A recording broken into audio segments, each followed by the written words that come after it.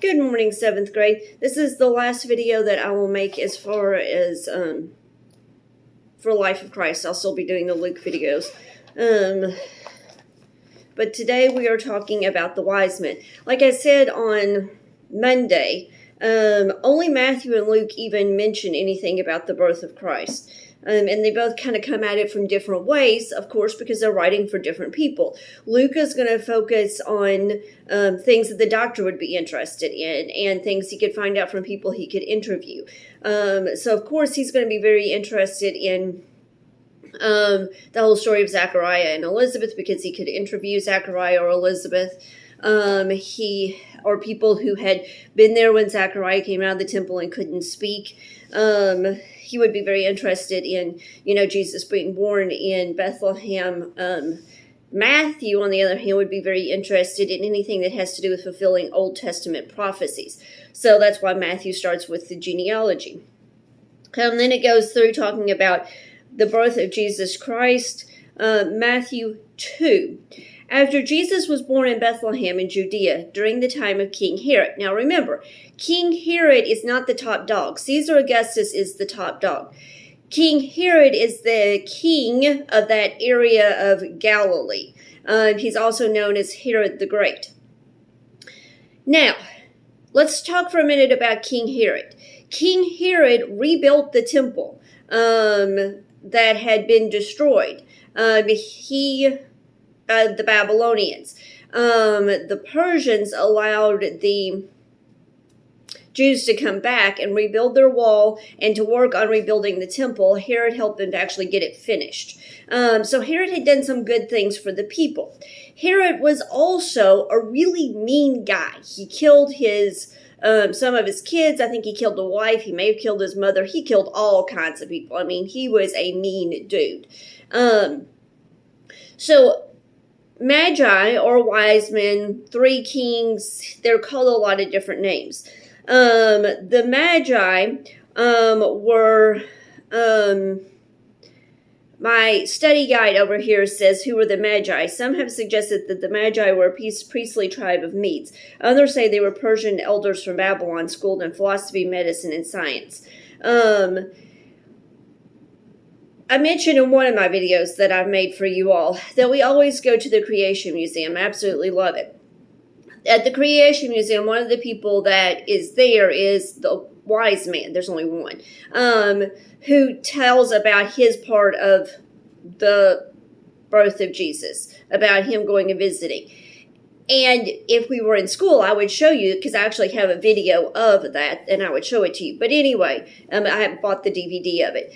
But anyway, what they say is they were the guys who were kind of in the priests, in the court. They were kind of priests of that area. The east would have been considered Persia, and they would have helped to pick the king. So they weren't actually the king, but they would have been the one who helped to pick the king, would have worked for the king. So they were, if you think ancient Egypt, probably kind of like the priest from there were very close to the king, but they also helped to pick the king.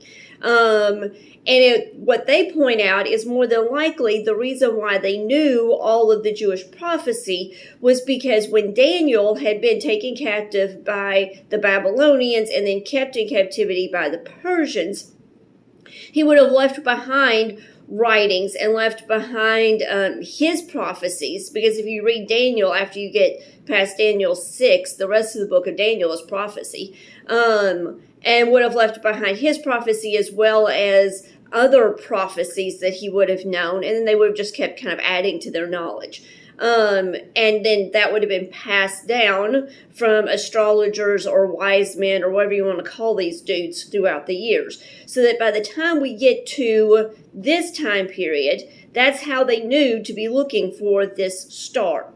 So, after Jesus was born in Bethlehem in Judea during the time of King Herod, Magi from the east came to Jerusalem and asked, "Where is the one who has been born King of the Jews? We saw his star in the east and have come to worship him." When King Herod heard this, he was disturbed, and all Jerusalem with him. I had read that verse 3, heard it like umpteen gajillion times, and never thought anything about it until preacher pointed out one time in a sermon that all of Jerusalem was disturbed. Because, as he pointed out, I think he made a good point, it's better, there's an old saying, better the devil you know than the one you don't. Kind of the point being, yes, King Herod was not a nice guy. Nobody liked King Herod because he was not a nice guy. But at least King Herod had done some good things, like helping them to rebuild the temple. And at least he wasn't as bad as some other people were. So, they're worried that, okay, if we end up getting rid of King Herod, if this new king of the Jews comes and takes over, is things going to be even worse for us than it is under King Herod? Because at least he has done some good things for us. It could be even worse with the new king. So everybody's worried when they hear this, but especially King Herod. Because remember, he's killed a lot of people to keep his power. The last thing he wants to do is lose any of his power. When he had called together all the people's chief priests and teachers of the law, he asked them where the Christ was to be born. In Bethlehem in Judea, they replied, for this is what the prophet has written. But you, Bethlehem, in the land of Judah, are by no means least among the rulers of Judah. For out of you will come a ruler who will be the shepherd of my people, Israel.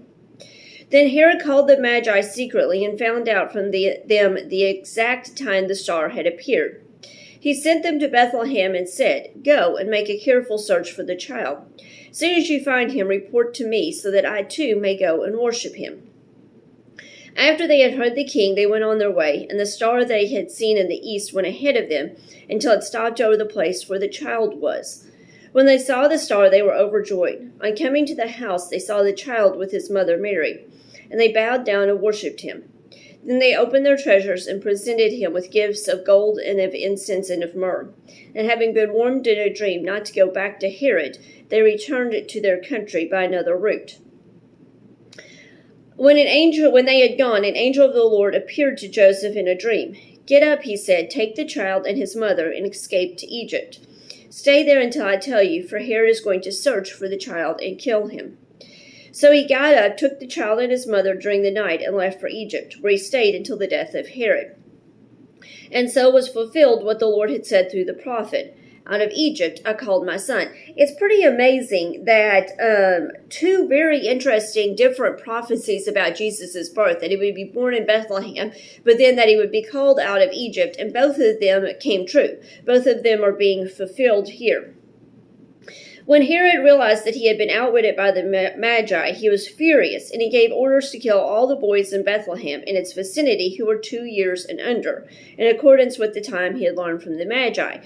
So, that cues us in right there that Jesus would have been about 2, which is, why all of our nativity scenes are wrong. Because we have the Magi with the baby Jesus. The star would have appeared when Jesus was born. These guys are coming by camel, we think, donkey, whatever. Probably camel because they were Magi. They were wealthy, important dudes. Traveling all the way from the far east to where Jesus was born in Bethlehem. That would have taken them a long time to get that far. And then when you get on down here to where it says that Herod realized he'd been outwitted, so he started killing everybody 2 years and younger. That gives us an idea, based on the timeline of the Magi, that gives us an idea that Jesus would have probably been about 2 when the Magi came. So the baby Jesus, number 1, would not be a baby, and number 2, he wouldn't still be in the stable. Parents would have found a house to live in Bethlehem until they had to move to Egypt. Then what was said through the prophets? So once again, we have another prophecy fulfilled here. Jeremiah was fulfilled. A voice is heard in Ramah, weeping and great mourning. Rachel weeping for her children. When we're saying Rachel weeping for her children, we don't really mean Rachel weeping for her children. What was meant there is Rachel, if you remember, is the favorite wife of, let me get all my R's and my J's here. Favorite wife of Jacob. And so remember, Jacob's name was changed to Israel. And so when we're talking about the Israelites, we often say Jacob, the children of Jacob here, because instead God said Rachel. Same difference. When it says Rachel weeping for her children, what it really means is moms dads, people weeping for the Israelite children, and refusing to be comforted because they are no more. I have no clue if this is true. The Bible doesn't say, but somewhere along the line in my many years of studying the Bible, somebody pointed out we never hear what happened with the gold, frankincense, and myrrh. Those three gifts would have been very expensive gifts. And as far as we know, Mary and Joseph were always poor. We know Jesus had no money. He ended up spending all of his life kind of wandering around, hoping somebody will feed him, clothe him, give him a house to live in, to stay in for a night or two before he moves on. So what happened to the money? Somebody pointed out that it could be that money that they would have gotten from the gold, frankincense, and myrrh was used to finance them having to leave and go to Egypt, and then when they moved back. Makes sense to me. I have no clue. The Bible doesn't say, but throwing that out there. After Herod died, an angel of the Lord appeared in a dream to Joseph in Egypt and said, "Get up, take the child and his mother, and go to the land of Israel, for those who were trying to take the child's life are dead." Now, King Herod, or Herod the Great, dies when Jesus is still a young child. But remember, he had control of like a huge area. He's also known as Herod the Tetrarch because he had a whole control of this huge area. None of his sons were as good of a leader as he was. So his kingdom was divided up into, his area that he controlled was divided up into 4 parts among his 4 sons, one of whom is also a Herod. The Herod who's going to be control of the region of the Herod who is going to be in control of the region of Galilee, and who is going to be the Herod that is Jesus sees before he's crucified. So he took the child and his mother and went to the land of Israel. But when he heard that Archelaus was reigning in Judea, that would be the area that the city of Bethlehem would be in place of his father Herod, he was afraid to go there because apparently Archelaus is meaner than the guy who's ruling up in Galilee. So instead, which would be a different Herod, so they decide to go up there instead. Having been warned in a dream, he withdrew to the district of Galilee, and he went and lived in a town called Nazareth. So was fulfilled what was said through the prophets, he will be called a Nazarene. So once again, we see fulfillment of prophecy here through